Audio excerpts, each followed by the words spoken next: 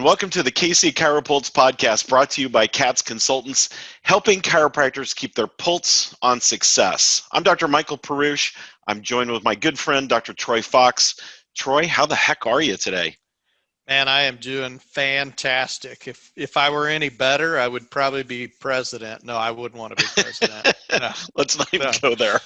Yeah, as of the time of recording this, we just talked about the stock market being down. Of course, we're going to blame the president because the president's in charge of everything, right? Right. Down to if I got a hangnail. Seems like it anyway. Seems like it. I don't know, but yeah, and it's funny. We think we have issues in our chiropractic practice. Can you imagine being president of the United States? Holy cow! I mean, that's way more responsibility than I'd ever want. Nah, because if you spill hot coffee on yourself in the drive-through, it's the president's fault. Because he didn't have some safeguard in place. Because we're completely helpless now, right? Can't win for losing. Yeah. So, hey, have we had anybody write in this week? We have, and actually, so this was one of multiple. And so, shout out to Joe from Columbus for sending this one in. Appreciate this question. Joe's got a problem that he's trying to get a little help with, and it's a bit nondescript. And when I read the email, I thought, okay, this is something we need to address because this happens a lot of times. So the problem is, hey doc, I've got some dropouts in my practice, and they're not dropouts because of poor care, I don't think.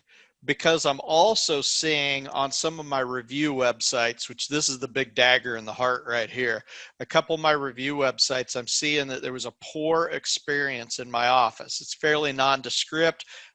I'm not sure exactly what's going on, and I don't know why people are dropping out of care, but I'm concerned that it's something going on within my office, not my care. And how would I determine that? And that's a question that we have heard in the past. We have. So I already know how you're going to answer it.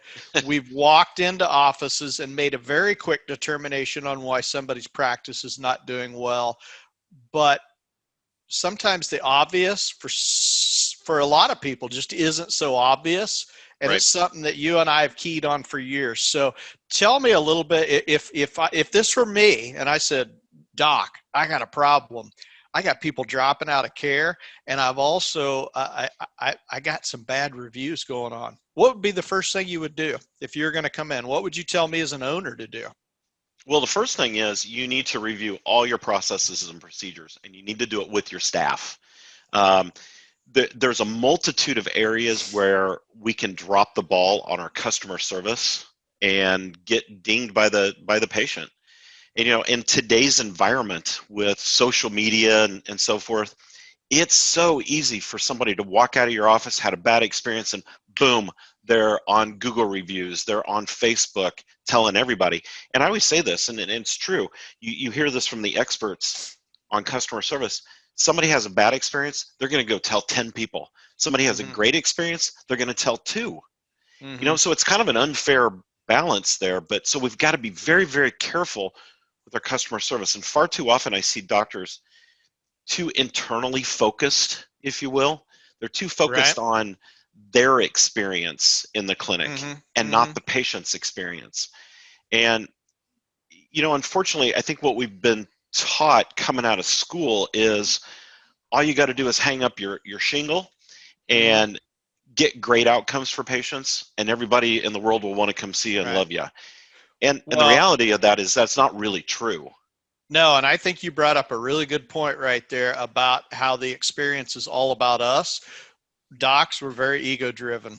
And when we get in practice and we get busy, we're worried about our comfort level every day. And so that is a great point, because I've seen that so many times. And personally, I've been in that same position. I want the whole world to revolve around me while I'm busy in practice. And I'm not really looking outside that little bubble. Right. Yeah. And I can give you a great example. I recently had an experience at a doctor's office. It wasn't a chiropractic office. It was a different kind of doctor. I'm not even going to say what kind, but I actually had 3 bad experiences. I've been there 3 times, and I had a bad experience every single time. And I tried to talk to the doctor about it. And his comment was, well, I guess, and my problem was with staff, not him.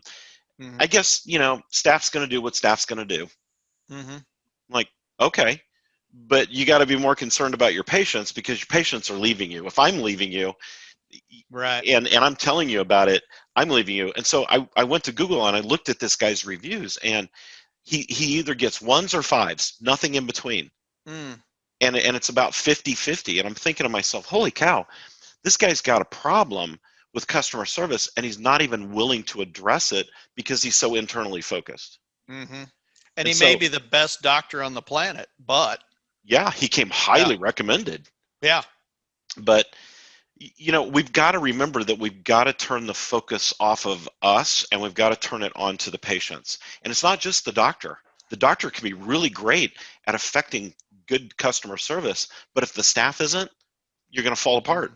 Yeah. Because you got to do it as a team. So, and I think customer service, sometimes it's intuitive, I think, to you and I, Mm-hmm. but I don't know that it's necessarily an intuitive process. So I think the best way to learn customer service, other than from books, is to embrace every customer service opportunity you ever run into. Pay attention to what other companies are doing, other businesses are doing.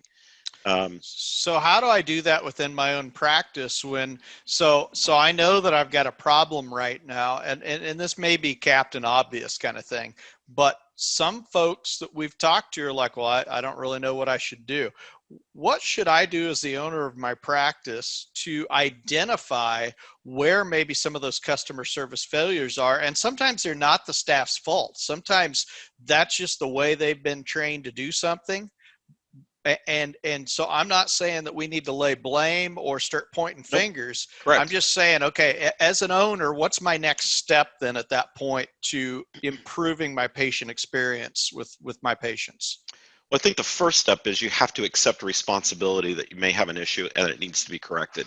Right. I think that's the biggest thing, to be able to get the ego set aside long enough to fix the problem. Then you really need to bring some customer service training into the picture. And that's something we do all the time with offices. We bring a lot of that to the picture because it's so important. But I think you've also got to make sure that your staff, and the doctor too in some respects, that you're not robotic with your procedures. Right. And that happens sometimes if all you've ever done is teach them how to do things, teach them how to process a new patient. You teach them how to check out a patient and schedule it.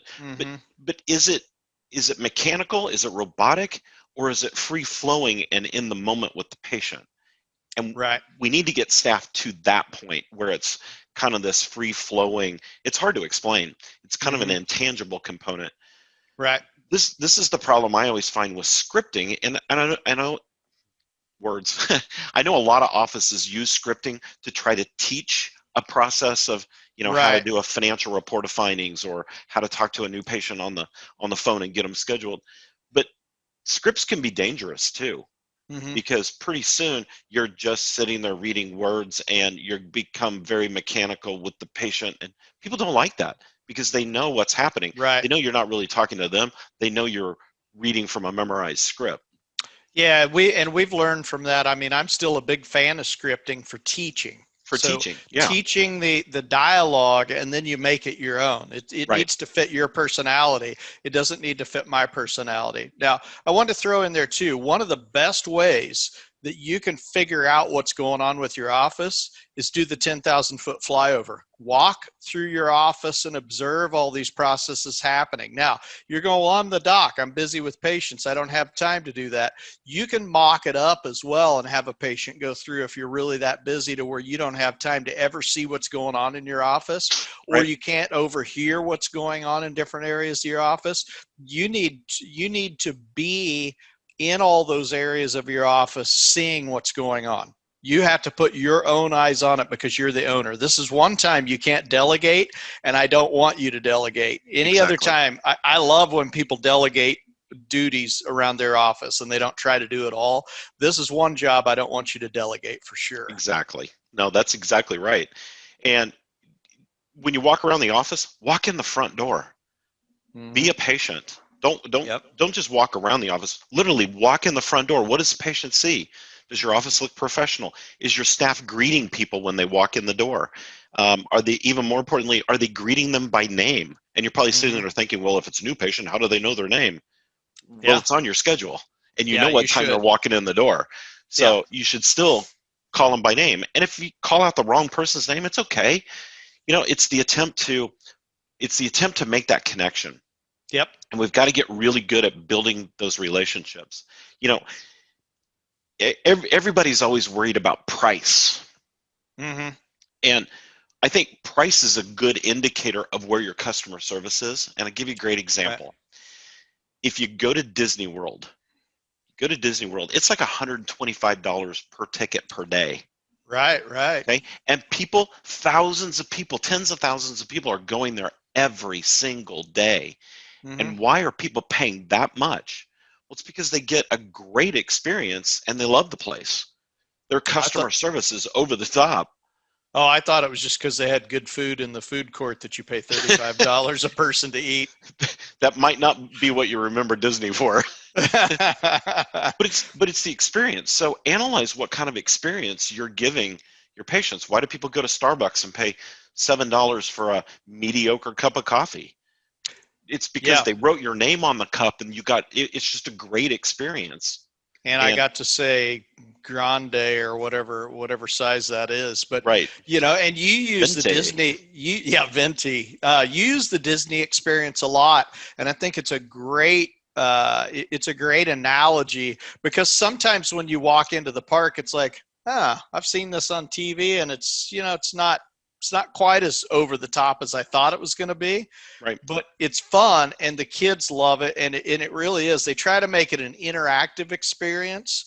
And so, you know, you look at that and you go, they've done a lot of things right. They've done a heck of a lot of things right. You know, we can always criticize any business. I can find something wrong with about everywhere I go because I watch customer service. But yes, you use Disney for an example a lot because they are probably one of the best examples that we can give out there. Well, it's just proof that people they're not really as price conscious as we think they are sometimes. And, and we see, and we've talked about this many times, we see a lot of chiropractors discounting their fees because they think that's the way that people are going to be attracted in. But if that's the case, why do so many people drive Porsche, Mercedes, and Lexus? I mean, they're not the cheap cars on the street, but you see them all the time. Why do people go to Disney? It's the experience. Why do people drive the Porsche? It's the experience. Why do people pay big bucks for a great meal? It's the experience. So create the experience in your office and you'll be able to command higher fees. But you have to have that customer service component in place to make the experience happen. So the customer service is really the foundation of creating any great business. If you don't have good customer service, you're never going to have a great business. Now, if you know, you can go at this a couple of ways. I mean, one way is through coaching, which is something we're very familiar with. Another way is go out and buy all the books you can find on customer service, which is what we do too. We read about customer service all the time. And constantly. We have favorite books. We have books that we refer back to in a lot of cases when we're talking to clients.